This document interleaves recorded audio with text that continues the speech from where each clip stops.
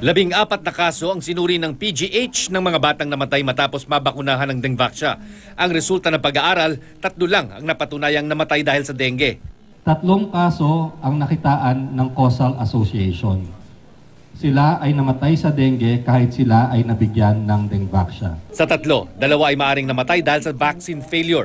Ang batang na kumpletong 3 dose ng bakuna pero nakapagtatakang walang nakitang dengue at antibodies. At isang nagka-dengue 4 na araw matapos mabigyan ng first dose at namatay pagkalipas ng 5 araw.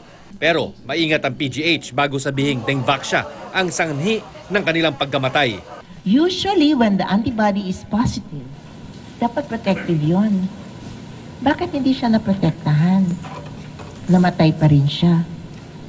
Then it starts us to think, why is this so? Is it because of the vaccine failure? Pero may antibody siya eh. Or is it something else? Ang PGH ang kinuha ng Department of Health para imbestigahan ang sanhi ng pagkamatay ng mga bata at alamin kung may kinalaman ito sa Dengvaxia. May sariling pagsusuring ginagawa ang Public Attorney's Office. Sa 14 na kasong kanilang tiningnan, may nakita daw silang pattern.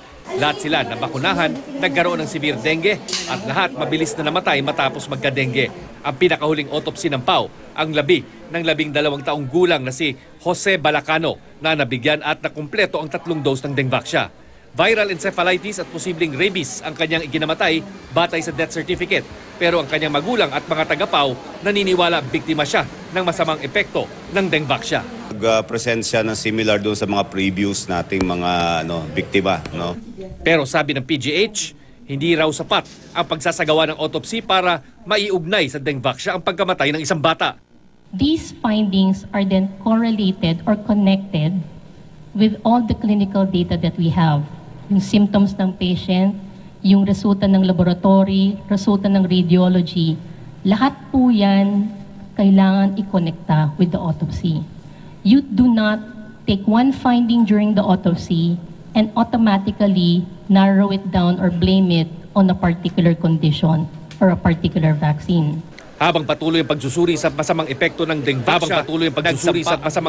Dengvaxia, nagsampa ang grupong Volunteers Against Crime and Corruption ng reklamong paglabag sa election ban laban kina dating Pangulong Noynoy Aquino, dating Health Secretary Janet Garin at dating Budget Secretary Butch Abad.